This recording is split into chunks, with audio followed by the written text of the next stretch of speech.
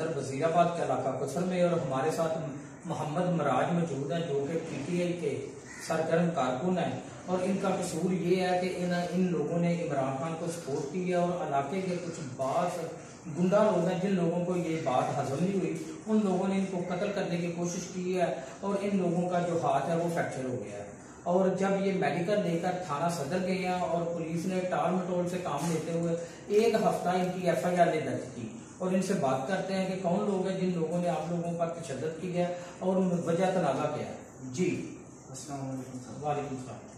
अरे पिंड ਦੇ ਵਿੱਚ ਨਾ ਕਾਫੀ ਦੇਰ ਤੋਂ ਝਗੜਾ ਚੱਲ ਰਿਹਾ ਸਾਡਾ ਆਪਸ ਦੇ ਵਿੱਚ, ਤੇ ਇਲੈਕਸ਼ਨ ਆ ਗਿਆ। ਇਲੈਕਸ਼ਨ ਵਿੱਚ ਮੈਂ ਉਹਨਾਂ ਨੂੰ ਗੱਲ ਰਹੀ ਕਿ ਮੈਂ PTI ਨੂੰ ਵੋਟ ਪਾਣਾ। ਉਹਨਾਂ ਨੇ ਜੇ PTI ਨੂੰ ਵੋਟ ਪਾਣੇ ਤਾਂ ਸਾਨੂੰ ਛੱਡਣਾ ਪੈਣਾ। ਮੈਂ ਫਿਰ ਛੱਡਣ ਵਾਸਤੇ ਮੈਂ ਕਿਹਾ ਕੋਈ ਗੱਲ ਨਹੀਂ, ਮੈਂ ਨਾ ਆਪਣਾ ਆਪ ਹੀ ਟੁਰ ਪੈਣਾ। ਤੇ ਨੌਜਵਾਨ ਸਾਹਿਬ ਚੱਠਾ ਸਾਹਿਬ ਨੂੰ ਵੋਟ ਪਾਏ ਗਏ ਸਨ, ਅੱਧੋ ਅੱਧ ਵੋਟ ਕੱਢੇ ਨੇ। ਜਦੋਂ ਅੱਧੋ ਅੱਧ ਵੋਟ ਕੱਢਿਆ ਤਾਂ ਉਹਨਾਂ ਆਖਿਆ ਜੀ ਇਹ ਜਾਤੀ ਇਹਦੇ ਤੰਗ ਕਰੇਗਾ ਸਾਨੂੰ, ਇਹਨਾਂ ਫਿਰ ਮਾਰਨ ਦਾ ਪਲਾਨ ਬਣਾਇਆ ਸਾਨੂੰ। ਉਸ ਦਿਨ ਮੌਕੇ 'ਤੇ ਜਿਸ ਦਿਨ ਵੋਟ ਪੈ ਰਿਹਾ ਸੀ ਨੱਸ ਗਏ ਸਨ। ਤੇ ਅੱਜ ਕੁਦਰਤੀ ਅੱਜ 8-10 ਦਿਨ ਹੋ ਗਏ ਨੇ ਤੇ ਮੈਂ ਕੱਲਾ ਨਾ ਉਹਨਾਂ ਅੱਗੇ ਚੜ ਗਿਆ ਵਾਂ। ਪਿੰਡ ਦਾ ਮੈਂਬਰ ਨੂਨ ਲੀਗ ਦਾ, ਇੱਕ ਉਹਦਾ ਛੋਟਾ ਭਾਈ ਸੀ, ਉਹਨਾਂ ਦੋਵਾਂ ਨੇ ਮਿਲ ਕੇ, ਇੱਕ ਦਾ ਨਾਂ ਨਦੀਮ ਮੈਂਬਰ ਹੈ ਤੇ ਇੱਕ ਉਹਦਾ ਛੋਟਾ ਭਾਈ ਹੈ ਮੁਦੱਸਰ। ਉਹਨਾਂ ਦੋਵਾਂ ਨੇ ਭਰਾਵਾਂ ਨੇ ਮਿਲ ਕੇ ਮੇਰੇ ਨਾਲ ਜ਼ਿਆਦਤੀ ਕੀਤੀ, ਔਰ ਉਹਨਾਂ ਕਾਫੀ ਜ਼ਿਆਦਾ ਮਾਰਾ ਜਿੰਦੀ ਉਹਦੇ ਨਾਲ ਮੇਰੀ ਇਹ ਬਾਜੂ ਦੀ ਹੱਡੀ ਟੁੱਟ ਗਈ।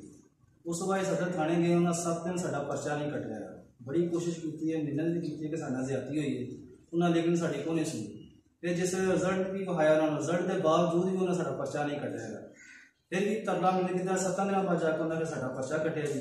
उस तो बाद कोई मजामत नहीं, पुलिस आई एक दिन मुड़ के, उस तो बाद उन्होंने साडे बुरी जमानत कराइया ने, कुछ नहीं बनया। उस तो बाद उन्होंने चैलेंज करता है फ्रैक्चर हड्डी मैडिकल कि इन्होंने खुद आप ही बनवाया।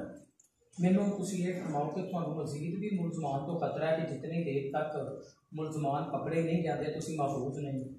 बिल्कुल नहीं महफूज है, बहुत ज़्यादा कोशिश कर रहे हैं दोबारा फिर मारन की। उस तो बाद मेरा एक चाचा चौकीदार है हस्पताल वो बहुत ज़्यादा मुलाजम है गौरमेंट का, और बहुत ज़्यादा सपोर्ट कर रहे हैं उन्होंने।